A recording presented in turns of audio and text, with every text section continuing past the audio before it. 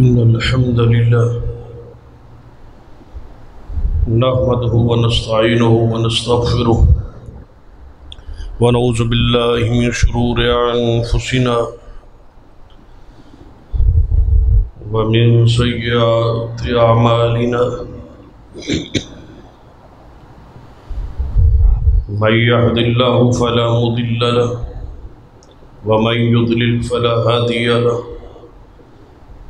أشهد أن لا إله إلا الله وحده لا شريك له وأشهد أن محمدا عبده ورسوله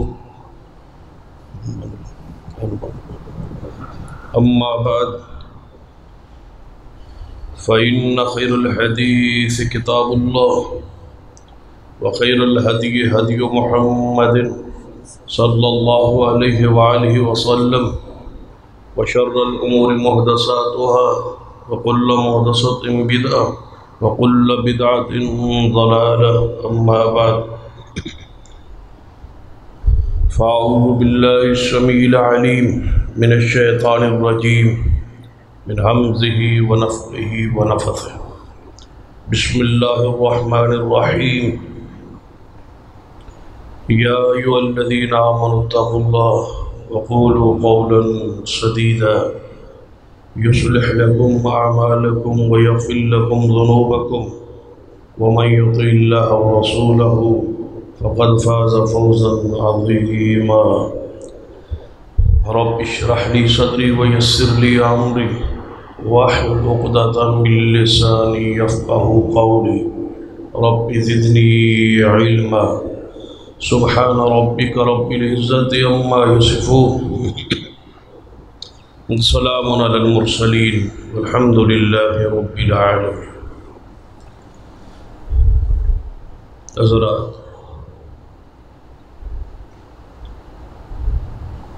گزشتہ خطبہ اندر اس حوالے سے گفتگو جاری تھی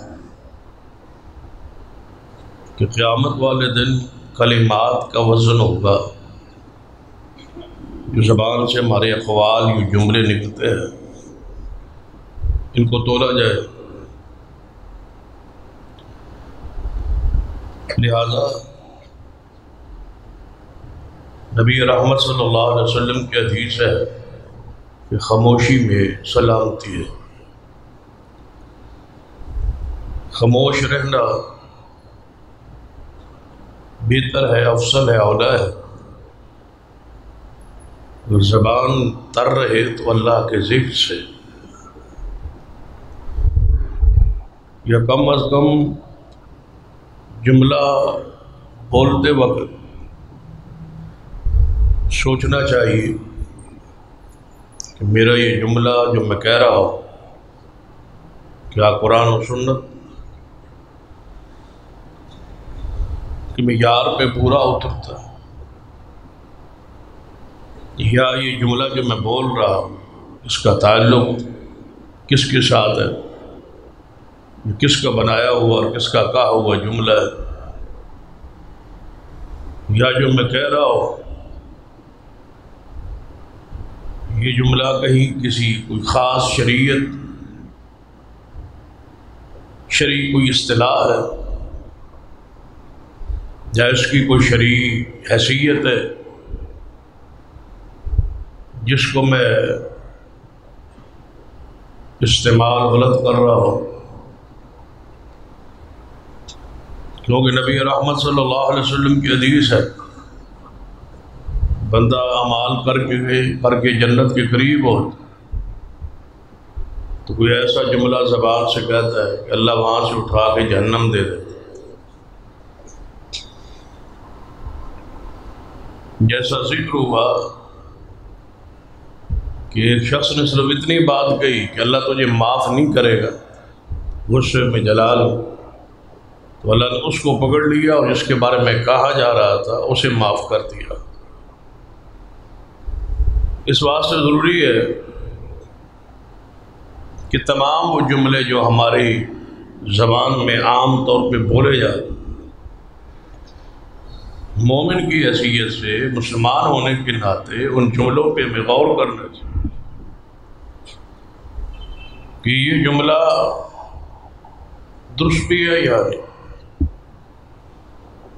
جو میں کہہ رہا ہوں یہ صحیح کہہ رہا ہوں یا غلط کہہ رہا ہوں، یا کسی اور مذہب اور فرقے کا یہ بنایا ہوا جملہ ہے، یا کسی اور بے دین شخص کا بنایا ہوا جملہ ہے جو میں کہہ رہا ہوں۔ اس پر قرآنی اور حدیثی دلائل گزشتہ جمعے بیان ہو چکے کہ کوئی بھی جملہ جس نے نبی علیہ السلام کے زمانے میں بولا ہے، تو نبی علیہ السلام نے اگر وہ جملہ وہ عمل پسند نہیں آیا تو آپ نے روکا ہے، ٹوکا ہے، منع کیا ہے اور اس کا متبادل جملہ سکھلایا ہے۔ یہ نہ کہو، یہ کہو۔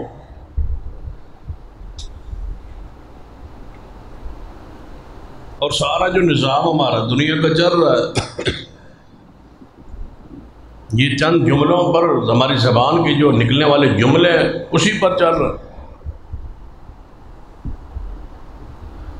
تو ان کی حیثیت جو ہے وہ ہمارے دل و دماغ میں اتر جانی چاہیے کہ اقوال کی، جملوں کی خاص حیثیت، اس کا استعمال درست ہو۔ قرآن پاک کی جو آیت مبارکہ پڑھی ہے اس کا بھی تقاضا یہی ہے کہ اے ایمان والو اللہ سے ڈرو اور سیدھی صاف ستھری سچی بات کہو۔ قولوا قولا سدیدا، اور نبی علیہ السلام کی وہ حدیث بھی ہے، آپ نے فرمایا جو شخص مجھے اپنی زبان کی گارنٹی دے اور شرمگاہ کی ضمانت دے، میں محمد مصطفیٰ صلی اللہ علیہ وسلم اس کو جنت کی ضمانت دیتا۔ کہ زبان سے کوئی جملہ ایسا نہ کہ زبان کی گارنٹی دے مجھے۔ وہ حدیث بھی صحیح البخاری میں کہ سیدنا موسیٰ علیہ السلام خطبہ دے رہے تھے، واعظ کر رہے، اور آپ کلیم اللہ تھے۔ فساد و بلاغت کا عالم پھر کیا ہو، جس کو کلیم اللہ کہا جاتا، تو ان کی اپنی کلام پر، گفتگو پر کتنی یعنی ملکہ ہوگا بولنے پر، جنہوں نے یہ دعا کر رکھی تھی کہ رب اشرح لی صدری ویسر لی امری واحلل عقدۃ من لسانی یفقہوا قولی۔ اس پیغمبر کے اقوال کی اور گفتگو کی اور جملوں کی کیا حیثیت ہو۔ خطاب کر رہے تھے، واعظ کر رہے، واعظ بڑا فصیح تھا، بلیغ تھا، مجمع پر سناٹا تھا، سکتہ طاری تھا، چھائے ہوئے تھے پورے اجتماع پر، ہر بندہ متن گوش ہو کے سن رہا تھا۔ اتنا اثر ہوا گفتگو کا کہ ایک بندہ اٹھا اور کہنے لگا ہے موسیٰ علیہ السلام، میرا ایک سوال ہے، کیا آپ سے بڑا کوئی عالم اس وقت دنیا میں ہے؟ تو آپ نے فرمایا کہ نہیں۔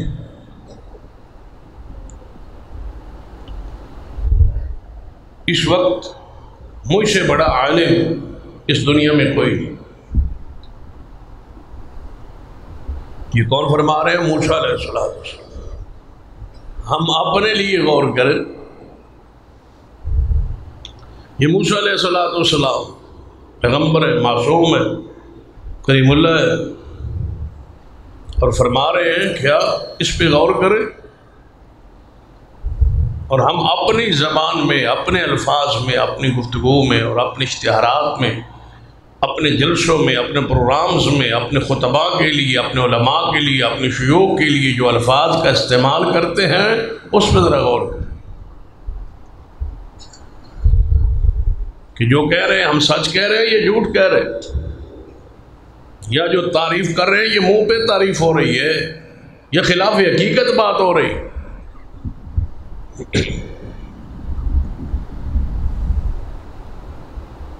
بھئی اس پر کوئی گرفت، کوئی پکڑ کوئی ہے یا نہیں؟ ایک بندے کو آپ نے شیخ الحدیث کہا کیا وہ اس منصب کا اس جملے کا اہل ہے یا نہیں؟ ایک شخص کو آپ نے علامہ کہا، فہمہ کہا، ایک جملہ کہا، کیا وہ اس کا اہل ہے یا نہیں؟ ایک شخص کو آپ نے مناظر اسلام کہہ دیا، کیا وہ اس جملے کے لائق یا اس میں صلاحیت، قابلیت یہ موجود ہے؟ اگر تو وہ موجود ہے تو ٹھیک ہے، آپ کی بات سچی ہے، درست ہے، صحیح ہے۔ اور اگر آپ نے جو کہا ہے وہ علامہ نہیں ہے، وہ مولانا نے اس مقام درجے پر نہیں ہے جو آپ نے اس کے لیے لکھا، تو پھر یا آپ نے منہ پہ تعریف کی، یا آپ نے جھوٹ بولا، یا آپ نے خلاف حقیقت بات کی۔ اس پر گرفت بھی ہوگی، پکڑ بھی ہوگی، سزا بھی ہوگی کہ جو آپ کہہ رہے ہیں یہ صحیح کہہ رہے ہیں۔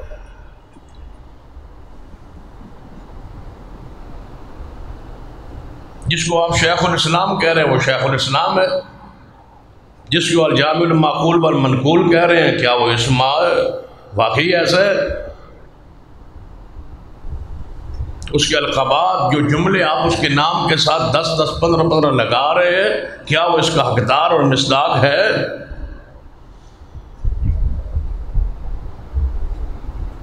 ہمارے شیخ تھے حافظ عبدالمنان نور پوری، اللہ ان کی قبر پہ رحمت نازل، شیخ تھے، محدث تھے، تو ان کے اشتہار پر جب حافظ عبدالمنان نور پوری کے علاوہ کوئی جملہ ہوتا تو جا کے پہنچ کے پڑھ کے بھی واپس آئے، گفتگو نہ کرتے، تقریر نہ کرتے، فرماتے یہ جو کچھ لکھا ہے اشتہار پر یہ میں نہیں ہوں، صرف حافظ عبدالمنان نور پوری لکھو گے تو آ جاؤں، اس سے پڑھ کے کچھ لکھو گے تو میں نہیں آؤں گا، آتے تو واپس پلٹ جاؤ۔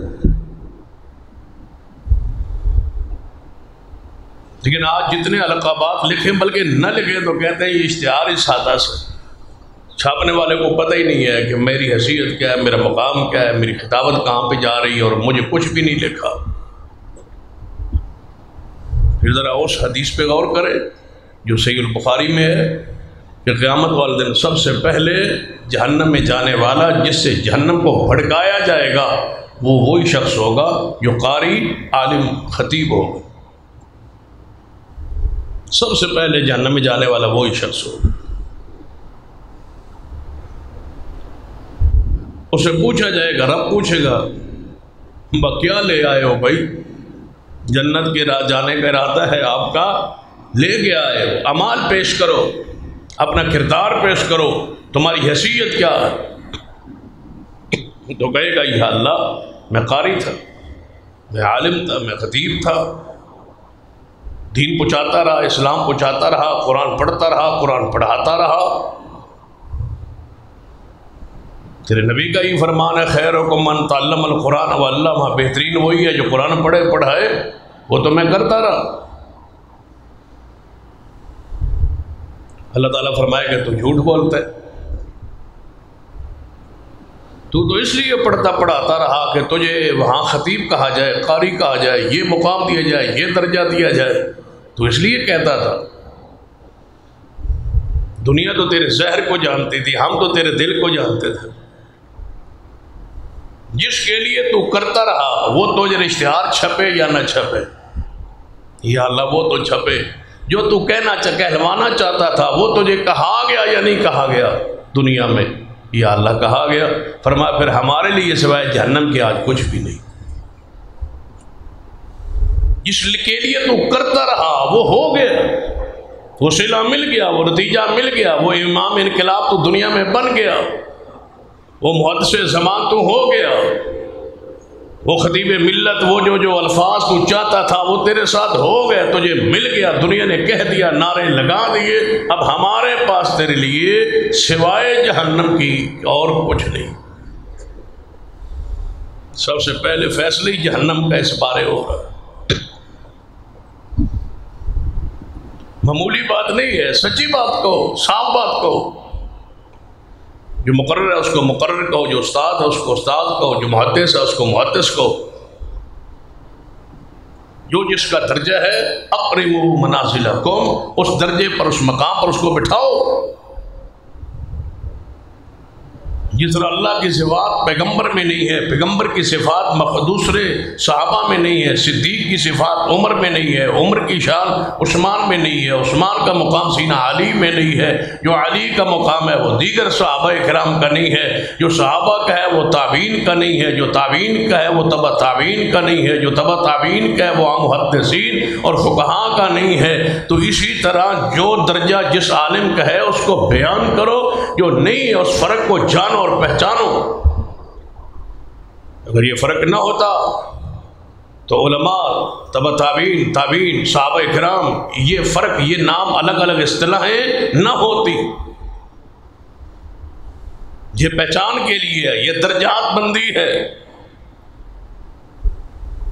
تلک الرسل فضلنا بعضهم علی بعض، جب رسولوں کو ایک دوسرے پر فضیلت حاصل ہے، برابری نہیں ہے، تو پھر پہچانی۔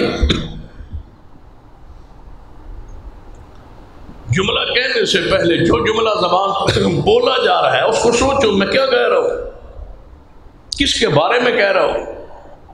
سیدنا موسیٰ علیہ السلام سے پوچھا گیا آپ سے بڑا پھر کوئی عالم ہے؟ موسیٰ علیہ السلام نے فرمایا اس وقت اللہ کی زمین پر مجھ سے بڑا عالم کوئی نہیں۔ اسی وقت وہی آئی۔ یہ جملہ آسمان پر پسند کیا گیا نہیں، وہی آئی، اے موسیٰ جو علم تمہارے پاس ہے وہ تمہارے پاس ہے، اور وہ علم والا اس رب کی زمین پر، میری زمین پر موجود ہے، جو علم اس کے پاس ہے وہ تمہارے پاس نہیں ہے، آؤ تجھے ملاقات کرواتے۔ پھر اس عالم کو دیکھنے کے لیے کتنا لمبا صبر کیا موسیٰ علیہ السلام نے۔ سیدنا یوشع علیہ السلام دریا کے کنارے کنارے صبر ہوتا رہا، وہ علوم سیکھنے کے لیے، وہ عالم دیکھنے کے لیے جو ان سے علم میں جو علم ان کے پاس تھا وہ اس کے پاس نہیں، جو ان کے پاس ہے وہ اس کے پاس۔ اور پھر خضر علیہ السلام نے پوری تسلی سے موسیٰ علیہ السلام کو اس عقیدے کی وضاحت کی۔ حدیث ہے صحیح البخاری، سرور کائنات محمد رسول اللہ صلی اللہ علیہ وسلم فرمایا جب موسیٰ علیہ السلام اور خضر علیہ السلام دونوں کشتی دے اندر سفر کر رہے تھے، کشتی پہ چڑھے تھے، قرآن بھی ہے سورۃ القاف میں، چڑھے تھے کشتی میں، سفر کر رہے، تو ایک چڑیا آئی، اس نے اپنی چون جو ہے وہ پانی سے بھری،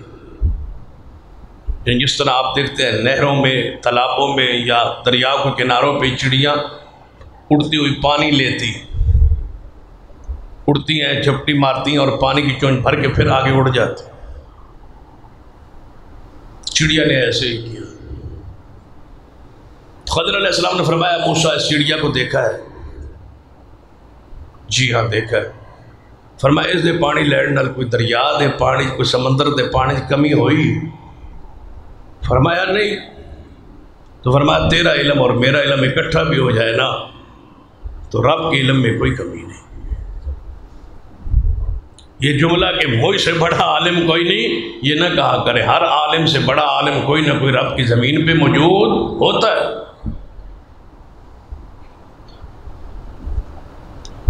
یہ قارون کے جملے، خزانے کی چابیاں، اونٹوں کی ایک جماعت خزانوں کی چابیاں اٹھاتی تھی، اونٹوں کی جماعت جا رہے تھے اور کہا یہ سارا کچھ میرا کمال ہے، سب کچھ میں نے اپنے ہنر سے، اپنی کوشش سے کمایا ہے۔ اللہ نے پھر زمین میں دھنسا دیا نا، جا زمین میں دھنس، نیچے جا رہا ہے، صرف ایک جملہ کہا ہے کہ یہ سارا کچھ میرا اپنا کمال ہے۔ جی تسی آتے ہو نا ساری محنت تے ساری کوشش تے میں نہ ہوا تے کچھ نہ ہوا، میں ہاں تے سارا کچھ،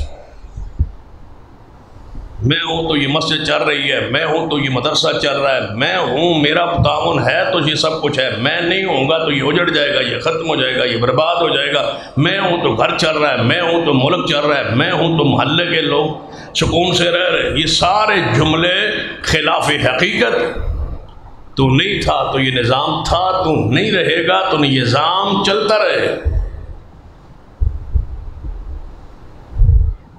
ہو سکتا ہے تو اس کے بعد آنے والا اس مسجد کو 4 چاند لگا دے، اس کو اس مقام پہ لے جائے جس پر ہم نہیں لے جا سکے. یہ کیوں نہیں کہتا کہ اللہ تیرا فضل ہے، کرم ہے کہ تو نے ہم سے دین کی خدمت لے لی، ہم اس لائق و قابل نہیں تھے. من تواضع للہ فقد رفعہ اللہ. اللہ کے لیے عاجزی انکساری کے جملے بولے، ڈھونڈ ڈھونڈ کر الفاظ کا چناؤ کرے، استعمال کرے جس میں عاجزی ٹپک رہی ہو، جس میں انکساری ہو، جس میں جھکاؤ ہو، جس میں عزت اور وقار ہو، وہ الفاظ استعمال کرے. اپنے ماحول کو، اپنے ملکی ماحول کو، سیاست کے ماحول کو آپ دیکھ لیں. اخبارات میں اور میڈیا پر یہ آتا کہ فلاں شخص، فلاں سیاسی لیڈر جو ہے وہ امیر المومنین بننا چاہتا تھا، ہم نے اس کو نہیں بننے دیا، ہم نے اس کے راستے کو روکا ہے اور ہم نے امیر المومنین نہیں بننے دی. کتنا کمال کا جملہ ہے کہ ہم نے کیا کیا ہے، ہم نے امیر المومنین نہیں بننے دی. بڑا کمال والی بات، یعنی بڑا جہاد کیا ہے نا، بڑی کوشش کی ہے کہ ہم نے ایک بندے کو امیر المومنین نہیں بننے دیا. بھئی اگر وہ امیر المومنین بننا چاہتا تھا تو آپ کو کیا حق ہے اس کو روکنے کا؟ امیر المومنین تو اللہ کا شکر ہے کہ اللہ ہمیں عطا کر دے. یہ تو خاص اسلامی اصطلاح ہے.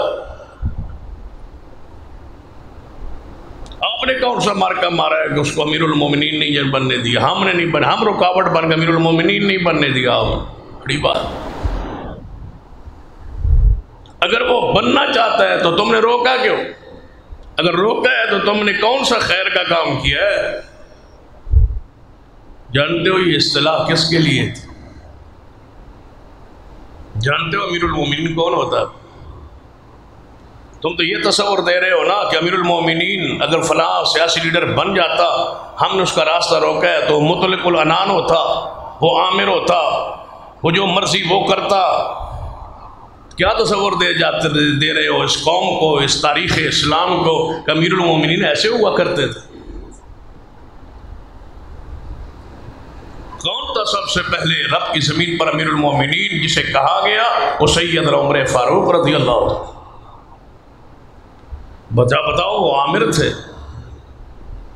وہ مطلق العنان تھے، نعوذ باللہ وہ فیصلے اپنی مرضی سے کرتے تھے.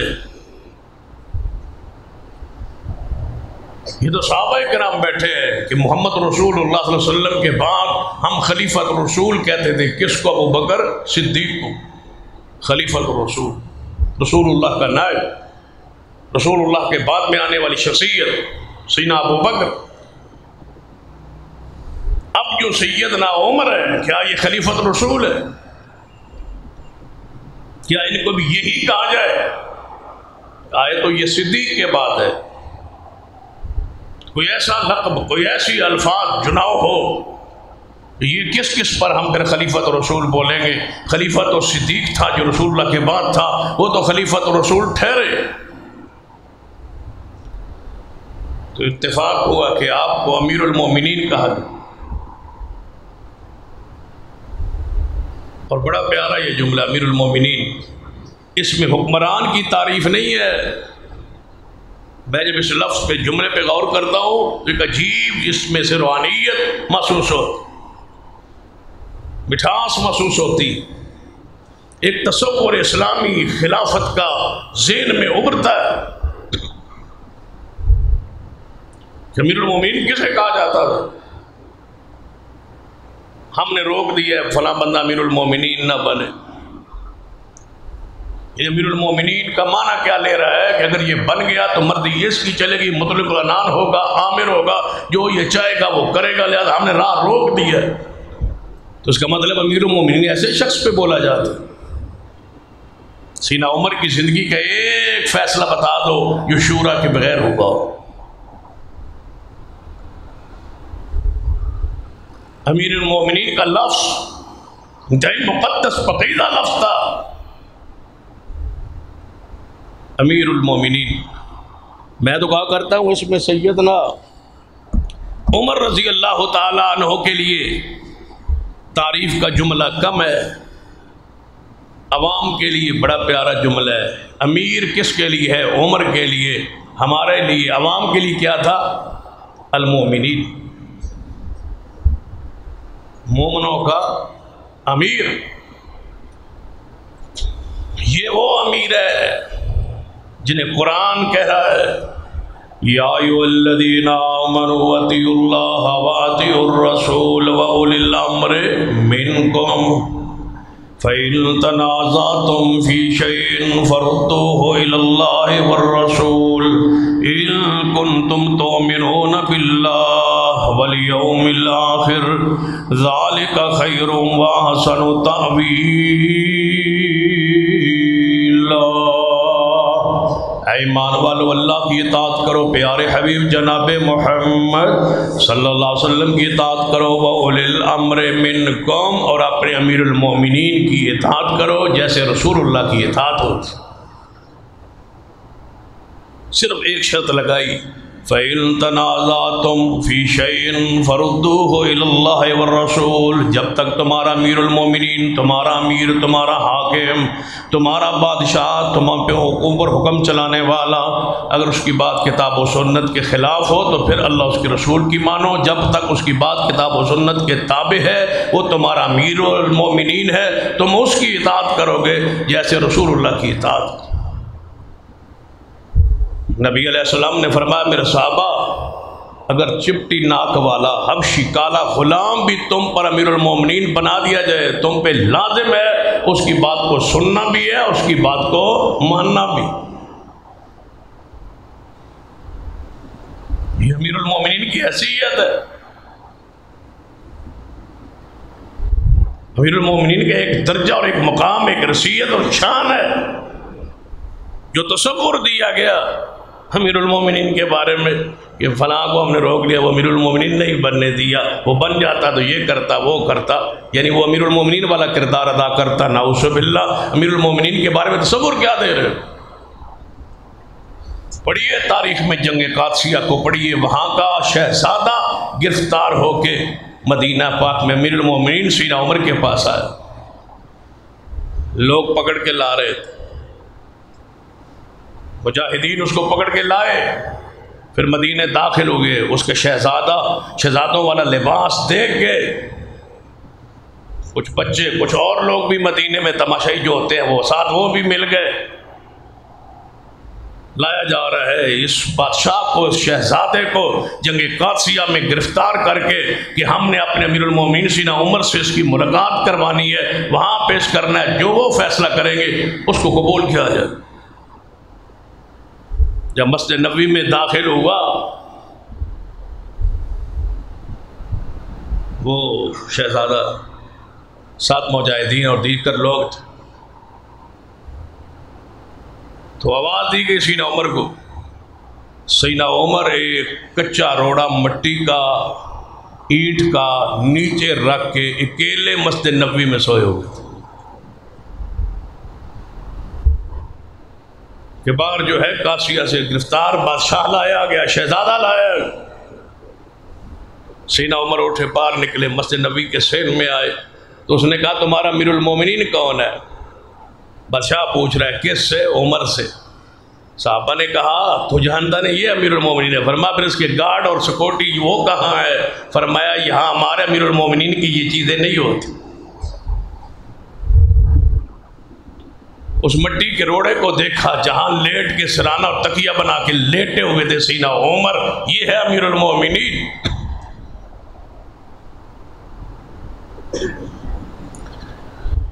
غیر ایک آدمی کو امیر المومنین کہہ کے اس کو روکا جا رہا ہے کہ نہیں اس کو امیر المومنین نہیں بننے دینا، کہ یہ مرضی کرے گا۔ امیر المومنین مرضی نہیں کرتا، کوئی اور لفظ استعمال کیجئے، یا پکیزہ ترین لفظ ہے یہ اسلام کی علامت لفظ ہے، یہ اسلام کے نفاذ کی علامت لفظ ہے۔ یہ وہ شخصیت ہے امیر المومنین جو رات کو گلیوں میں گشت کرتے تھے خادم کی حیثیت سے، جس نے بوڑھیا کی جھونپڑی میں داخل ہو کے خود آگ جلا کے اس کے بچوں کے لیے کھانا پکایا تھا، بنایا تھا، پھر اس کو پیش کیا تھا۔ روتے بچوں کے پاس بیٹھ گئے تھے، فرمایا میں نہیں جاؤں گا جب تک یہ ہنسے نہیں۔ بچے جب مسکرائیں کھا پی کے جانے لگے تو بوڑھیا نے کہا تھا امیر المومنین بنا پھرتا ہے عمر فاروق، سویا ہوا ہے گھروں میں، تجھے امیر المومنین ہونا چاہیے تھا، تجھے امیر المومنین ہونا چاہیے تھا۔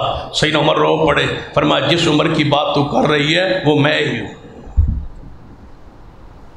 جھونپڑی میں آگ جلا کے یتیم بچوں کو کھانا کھلاتے تھے، یہ ہے امیر عمر رضی اللہ تعالی، اسے امیر المومنین کہا جاتا ہے۔ امیر المومنین نے اپنے شہادت سے پہلے 7 بندوں کی کمیٹی بنائی، فرمایا ان میں سے اپنا امیر یہ چن لینا، لیکن ان میں 6 یہ بندے ہیں، ان میں سے کسی کو چن لینا۔ 7واں میرا بیٹا عبداللہ بن عمر ہے، یہ میرا بیٹا ہے، اس کی یہ حیثیت یہ مقام ہے، علمی اس کا یہ درجہ ہے، اس کو محفل میں اجلاس میں شورا کے اجلاس میں بٹھا لینا، اس سے مشورہ لے لینا، لیکن اس کو امیر المومنین نہیں بنانا۔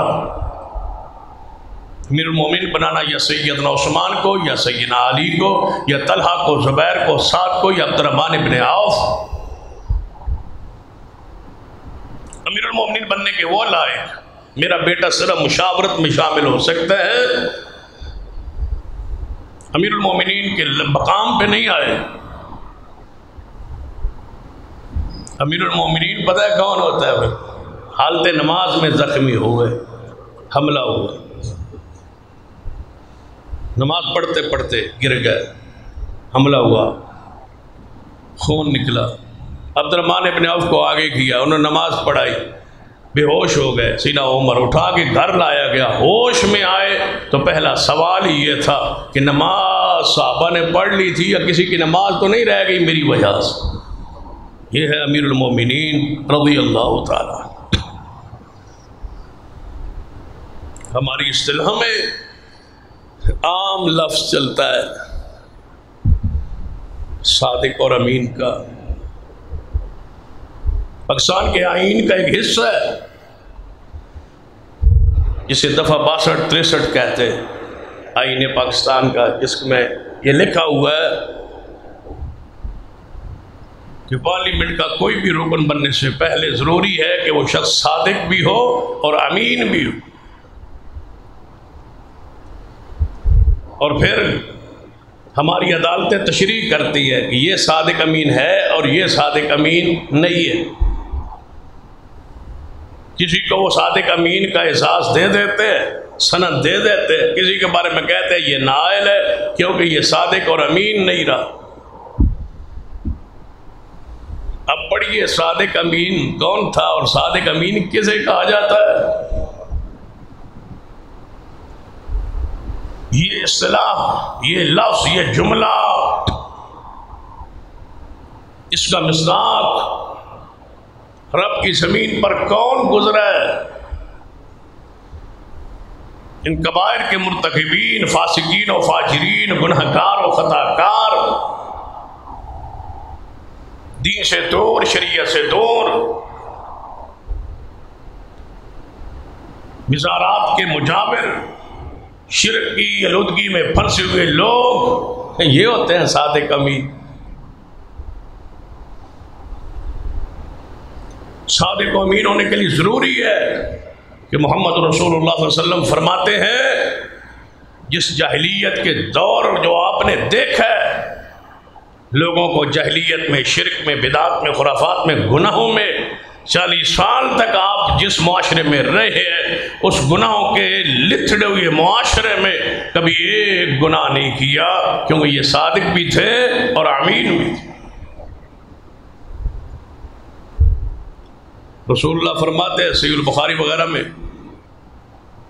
بیت اللہ کی تعمیر ہو، پتھر اٹھائے لاکھ جا، رسول اللہ چھوٹے تھے عمر میں، تو آپ کے چچا عباس بھی پتھر لا رہے ہیں، تو جس طرح 7 بھتیجے بچے مل جاتے ہیں وہ بھی پتھر اٹھا. رسول اللہ فرماتے ہیں میں بھی اپنے چچا عباس کے ساتھ تھا. غربت کا یہ عالم تھا. فرماتے ہیں کہ کندھے پہ اینٹیں اٹھانے کے لیے کوئی کپڑا وغیرہ نہیں تھا. تو میرے چچا نے مشورہ دیا, جبہ تو آپ کو پتہ ہے اہل عرب لمبا پہن, کہ اگر تہ بند اتار کے کندھوں پہ رکھ لیا جائے تو ایک بچے کے لیے کوئی مسئلہ نہیں ہے. آپ اس تہ بند کو اتار کے اپنے کندھوں پہ رکھ لیں تاکہ اینٹ پتھر اٹھانے میں آسانی ہو, آپ کے جسم کو تکلیف نہ ہو. رسول اللہ فرماتے ہیں جب میرے تہ بند کو کھولنے لگے تو اللہ نے مجھے بے ہوش کر دی. اللہ کی غیرت اتنا بھی برداشت نہیں کیا. یہ تھے وہ صادق, یہ وہ ہیں امین محمد مصطفیٰ صلی اللہ علیہ وسلم. یہاں تو سارا کچھ ہر طرح کی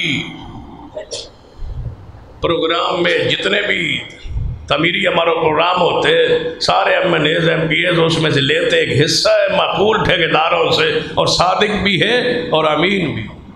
سرٹیفکیٹ ہے کہ یہ صادق ہے امین.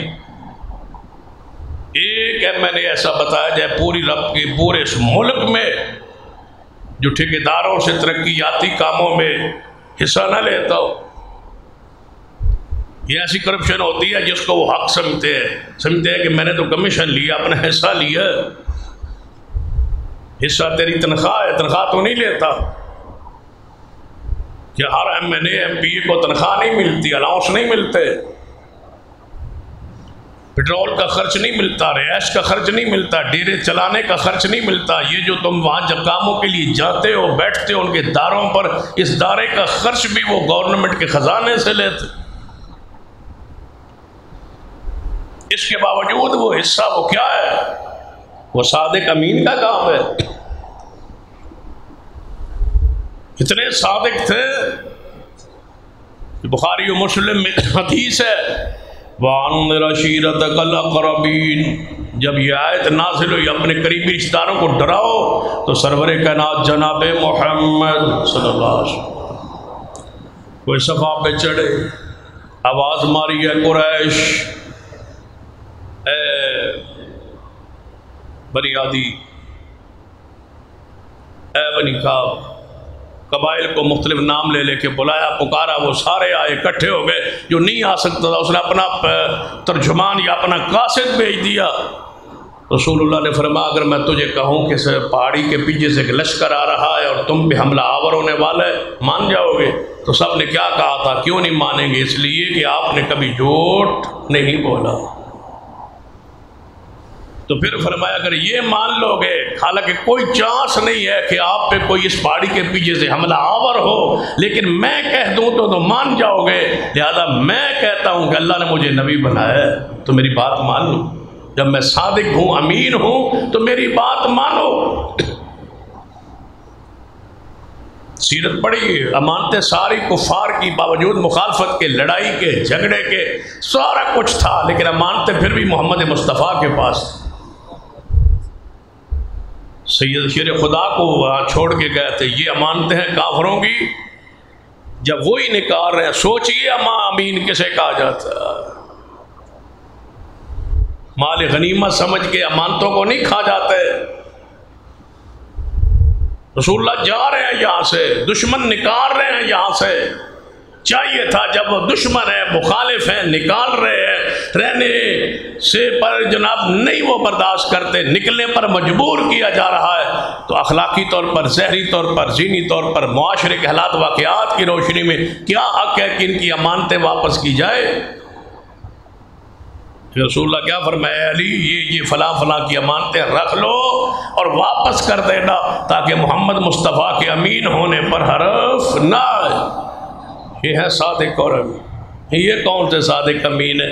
نماز نہ پڑھے تب بھی صادق ہے, تب بھی امین ہے. شرک کرے تب بھی صادق ہے, تب بھی امین ہے. دنیا کا سب سے بڑا جھوٹ شرک ہے, اور سب سے بڑا مشرک جو ہے وہ کذاب ہے. کبھی شرک کرنے والا صادق نہیں ہوتا. قبروں پہ جو سجدہ کرتا ہے، چڑھاوے چڑھاتا ہے، نظر و نیازیں دیتا ہے، قبروں کی سبیل لگاتا ہے، مجاور بنتا ہے، وہ صادق امین نہیں ہوتا۔ رسول اللہ کی دعوت کی گئی اعلان نبوت سے پہلے، جب رسول اللہ محفل میں مجلس میں دسترخوان پہ موجود ہوئے تو پوچھا گیا یہ گوشت کس کا ہے؟ فرمایا فلاں بت کے نام پہ ذبح کیا گیا ہے۔ رسول اللہ اٹھ کھڑے ہوئے، فرمایا میں غیر اللہ کے نام پہ ذبح کیا گوشت نہیں کھاتا، یہ قبروں کے بکرے، یہ چھترے، یہ حرام۔ وَلَحْمَ الْخِنْزِيرِ وَمَا أُهِلَّ بِهِ لِغَيْرِ اللَّهِ، یہ خنزیر سے بڑھ کے پلید ہے، ان کو کھانے والا صادق اور امین۔ پھر یا صادق کو تم نہیں سمجھے یا پھر تم امین کو نہیں سمجھے۔ سب سے بڑا خائن مشرک ہوتا ہے جو اللہ کا حق مار کے مخلوق کو دیتا۔ شرک کرنے والا کبھی صادق نہیں ہوتا، کبھی امین نہیں ہوتا۔ اس لفظ کا استعمال جس کے لیے سجدہ ہے اسی کے لیے رہنے دیا ہے۔ اگر کسی کو کوئی سرٹیفکیٹ دینا ہے تو کوئی اور الفاظ تلاش کیجیے، الفاظ کا چناؤ اور کیجیے۔ اگر ایک MNA ہو، MP ہو، اس کو گارنٹی ہو کہ یہ صادق بھی ہے، یہ امین بھی ہے، اس کا شرک، اس کی بدعات، اس کی خرافات، اس کی بدعملی ہمارے سامنے ہو تو کیا سمجھو گے کہ صادق ایسے ہوتے تھے؟ پھر ان کا صادق ایسے ہوتا ہوتا؟ کیا تاثر دینا چاہتے ہو کہ ہمارے ملک کا حصہ ہے، کہ قانون کا حصہ ہے کہ وہ MNA MP ہو، وہ ممبر ہو جو صادق اور امین ہو، پھر ہم رسول اللہ کو صادق امین کہیں گے تو کیا کہنا چاہتے ہو کافروں کو کہ صادق امین ایسے ہوتے؟ لفظ کا چناؤ، لفظ کی امانت ہوتی ہے، ہر لفظ کی امانت ہوتی ہے، الفاظ امانت ہے ہمارے پاس، ان کا استعمال وہی ہوگا۔ یہ لفظ نازل کرنے والا اللہ ہے، یہ حروف نازل کرنے والا اللہ ہے، الفاظ بنانے والا، یہ زمین پہ نازل کرنے والا اللہ ہے، یہ بولنے کی قوت دینے والا اللہ ہے۔ لفظوں کی امانت جو قرآن اور سنت کے مطابق ہے اس کو بولا جائے گا۔ لفظوں کی امانت کے اندر خیانت ہے کہ جس کا وہ مصداق حقدار نہیں ہے اس کے لیے وہ لفظ کا استعمال کیا جائے۔ ہمارے ملک میں چلتا ہے کہ ہم اس ملک کو، پاکستان کو ریاست مدینہ بنا رہے ہیں۔ آؤ آؤ ذرا ریاست مدینہ کی طرف۔ یہ ریاست مدینہ کس نے بنائی تھی؟ محمد رسول اللہ۔ رسول اللہ کے بعد پھر کون تھے؟ ابو بکر، پھر ابو بکر کے بعد عمر، عمر کے بعد عثمان، عثمان کے بعد علی، علی کے بعد سیدنا حسن، حسن کے بعد سیدنا امیر معاویہ رضوان اللہ علیہ اجمعین۔ یہ شخصیات جنہوں نے تصور دی ہے ریاست مدینہ کا۔ اب 1400 سال بعد، 1450 سال بعد ہمارا حکمران پاکستان کو ریاست مدینہ بنانا چاہتا۔ بڑا پیارا جملہ ہے، بڑا اچھا جملہ ہے کہ ہم پاکستان کو مدینہ کی طرز پہ بنائے، ریاست مدینہ بنائے۔ ریاست مدینہ بنائے گا کون؟ کہتے ہیں جی ہم بنائیں گے۔ جب جیسے تم ہو، یعنی تم بناؤ گے مدینہ، پاکستان کو ریاست مدینہ۔ مدینے کی ریاست بنانے کے لیے اللہ نے جس کا انتخاب کیا وہ محمد مصطفیٰ تھے، پھر صدیق، عمر، عثمان و علی تھے۔ ذرا اپنی صورت، اپنی شکل پیش کرو صدیق، عمر، عثمان و علی پر۔ ریاست مدینہ بنانے والی کرسی پر بیٹھنے والے ایسے تھے جیسے تم ہو۔ جب تم ریاست مدینہ کے والی جیسی صورت ہی نہیں ہے، کیا بناؤ گے ریاست مدینہ؟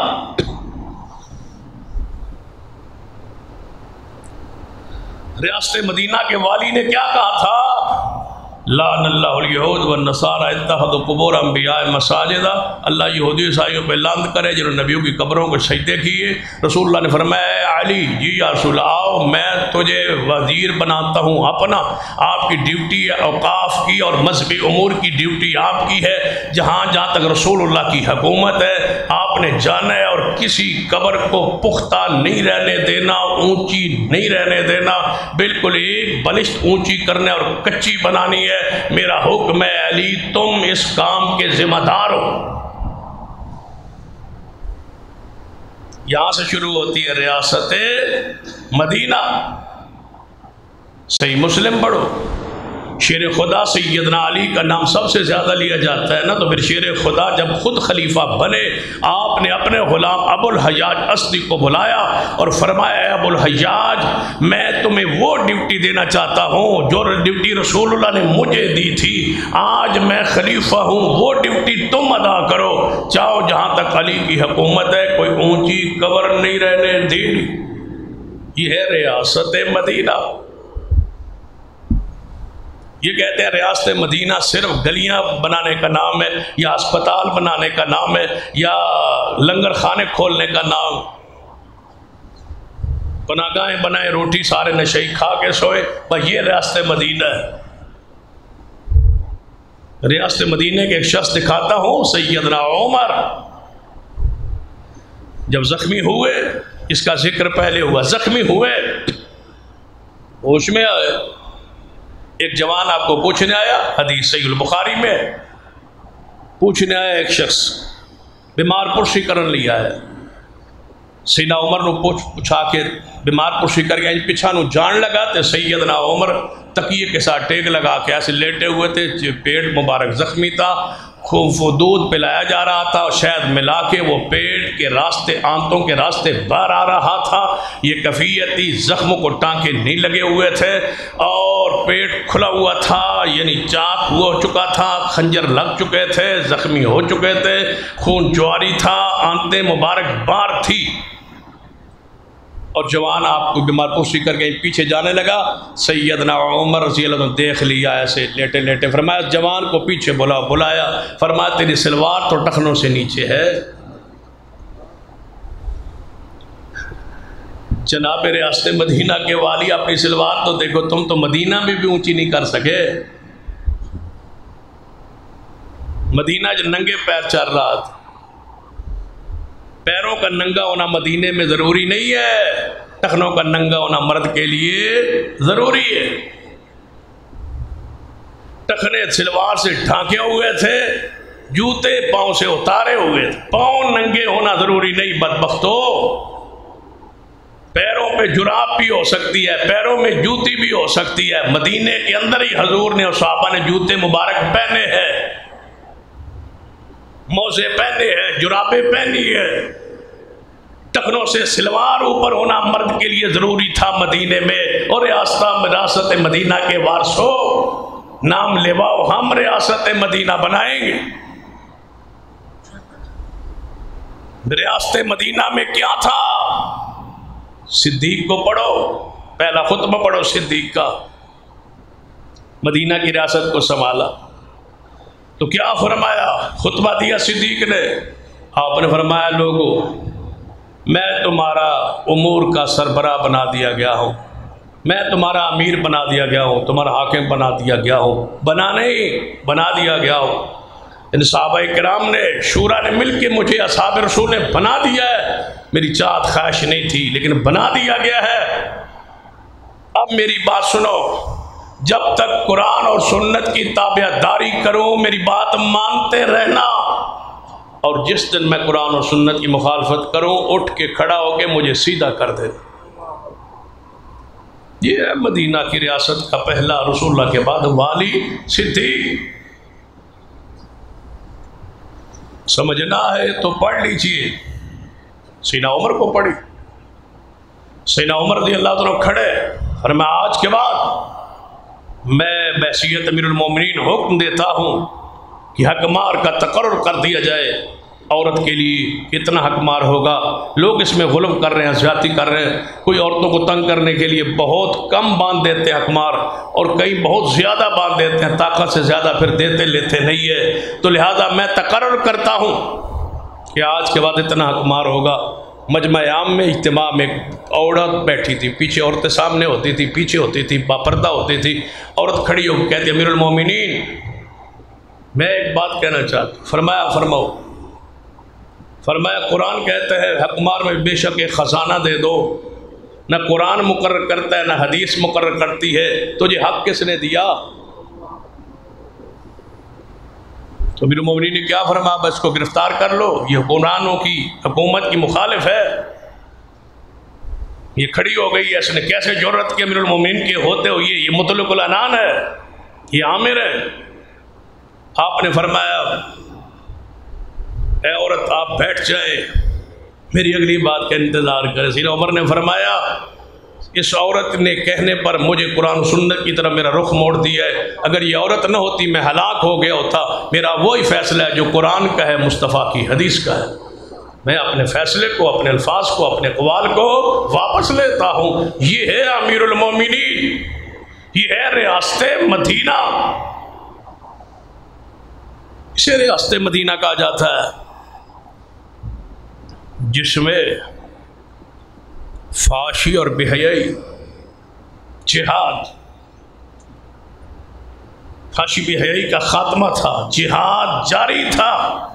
جس مدینہ کی ریاست میں جہاد نہ ہو، کشمیر کی کیفیت، فلسطین کی حالت کیفیت، پاکستان ریاست مدینہ ہے، فوج ہے، ادارے ہے، اسلحہ ہے، سب کچھ موجود ہے، مسلمان پس رہے، مر رہے، سارے اسلامی ممالک مل کے بھی ایک فوج بنا کے وہاں اتار نہیں سکتے۔ یہ ہے ریاست مدینہ۔ رسول اللہ گھر بیٹھے تھے، کسی یہودیہ عورت کا دوپٹہ اتار دیا، گلی میں کسی نے اس کو چھیڑ چھاڑی کی اور اس کا دوپٹہ اتار دیا، کپڑے نوچے، تو اس عورت نے پتا کیا کہا، یہودیہ تھی، تو اس نے پھر کہتے یہودی نے آواز نہیں ماری، انہوں نے پتا تھا یہودی کیسے، عورت نے پتا گلی میں کیا، یا محمدہ، اے محمد کہاں ہو تم؟ تمہاری ریاست مدینہ میں، تمہارے اس ملک میں، تمہاری اس ریاست میں ایک یہودیہ عورت کی عزت کو نوچا جا رہا ہے۔ رسول اللہ نے آواز جب پہنچی تھی، بتلایا گیا تھا، باہر نکل آئے تھے اور فرمایا ان یہودیوں کا کلا کما کریں گے۔ محمد کی یہ یہودیہ عورت جو ہے یہ بیٹی سانجی ہوتی ہے، یہ محمد کی بیٹی ہے۔ یہ ہے ریاست مدینہ۔ فحاشی اور بے حیائی کا خاتمہ تھا۔ رسول اللہ نے فرمایا تھا عورتیں پردے میں آئیں نماز کے لیے۔ بتاؤ یہ نماز کے لیے پردے کی ضرورت کیا تھی؟ فرمایا اعتکاف کے لیے عورتیں الگ اپنا خیمہ بنائیں تاکہ بے حیائی نہ پھیل، راستے الگ مقرر کیے، دروازے الگ مقرر کیے رسول اللہ نے عورتوں میں، تاکہ اختلاط نہ ہو۔ اور یہاں ریاست مدینہ کی وہ جو آگے بننے والی ہے، یہ تو بنائے گا یا نہیں بنائے گا، اس کے بعد جس کو تیار کیا جا رہا ہے ملالہ کو، جس نے اس کے بعد آگے ملک کو سنبھالنا ہے۔ یا اللہ ایسا وقت ہمارے ملک پہ نہ ہے۔ اس نے تو حد ہی تو جناب ساری کراس کر گئی ہے۔ وہ کہتی ہے شادی کی ضرورت کیا ہے، نکاح کی ضرورت کیا ہے، جس بندے کو مرضی پارٹنر بنا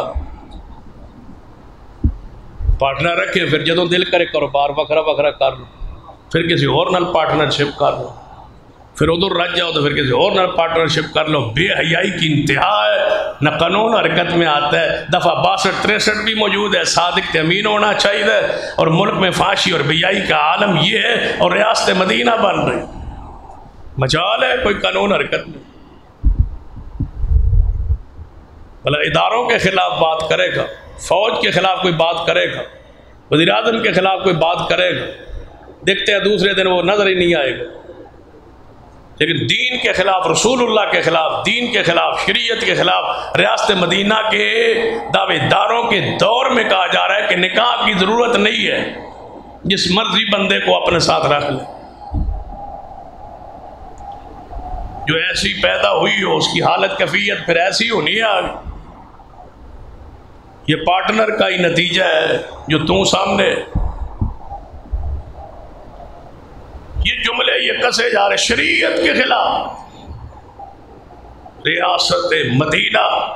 اچھا مجھے تکلیف اس جملے سے اس وجہ سے ہوتی ہے کہ جب کافر سنیں گے پاکستان بن گئی ہے ریاست مدینہ، پھر جب یہاں سنتے ہوں گے روزانہ کے ہاتھ سے، ٹرینوں کے ہاتھ سے روزانہ کے بچوں کا قتل، زنا، فحاشی، بے حیائی، یہ گندی عورتوں کے یہ گندے الفاظ، یہ عورتوں کا مارچ، تو وہ کہتے ہیں ان کے ریاست مدینہ بھی پھر ایسی ہی ہوگی، بنا جو رہے۔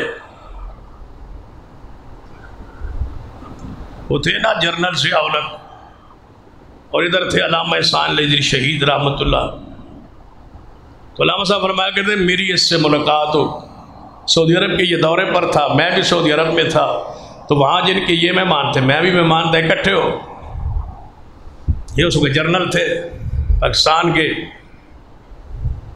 جناب حکمران تھے۔ کہتا ہے ضیاء الحق میرے قریبہ، کہتا ہے علامہ احسان علی صاحب رحمۃ اللہ، علامہ صاحب آپ میری مخالفت کیوں کرتے؟ چلو بھٹو گزر گیا، وہ اسلام کا نام بھی نہیں لیتا تھا، میں اس سے تو بہتر ہوں، میں نام تو لیتا ہوں، آپ میری مخالفت کیوں؟ علامہ صاحب نے فرمایا تو اسلام کا نام لینا چھوڑ دے منافق، میں تیری مخالفت چھوڑ دوں۔ وہ نام نہیں لیتا تھا تو وہ کرتا بھی نہیں تھا، تو نام لے کے اسلام کو بدنام کرتا ہے۔ زنا کے خلاف قانون موجود ہے کہ اس ملک میں زنا کرنے والے کی یہ سزا ہے، اور ساتھ ہی تم نے چکلے اور فحاشی کے اڈے کھولے ہوئے ہیں۔ اور پھر کہا کرتے تھے، وہ شیخ سعدی کے الفاظ بیان کرتے تھے کہ شیخ سعدی نے کہا اپنی کتاب میں یہ کہانی لکھی، خیالاتی تصور، کہ میں ایک بستی سے گزرا تو بستی کے جو کتے تھے وہ سارے مجھے پڑ گئے، میرے پیچھے پیچھے کتے، میں آگے آگے، میں جلدی سے زمین پہ جھکا کے پتھر اٹھاؤں اور ان کتوں کو ماروں تاکہ یہ پیچھے بھاگ جائے۔ فرمایا جب میں نے نیچے ہاتھ کیا تو پتھر نے زمین کا ساتھ دینا چھوڑ دیا، یعنی ساتھ چھوڑنے سے انکار کر دیا، وہ پتھر میرے ہاتھ میں نہیں آیا، اکھڑا نہیں ہے، وہ جمع ہوا تھا، زمین کے اندر تھا۔ تو کہنے لگے شیخ سعدی یا اللہ تیری کیسے بستی ہے، کتے کھلے ہوئے اور پتھر بندھے ہوئے، پتھر بندھے ہوئے اور کتے کھلے ہوئے۔ قانون موجود ہے اور زنا کے اڈے موجود ہے، ادھر قانون ہے جو زنا کر اس کی یہ سزا ہے، ادھر بدکاری کے اڈے میں، فحاشی میں، چکلے میں چلے جاؤ تو زنا کا لسنس موجود ہے۔ یہ کیسی ریاست مدینہ، یہ کیسا ہے اسلام کا نام؟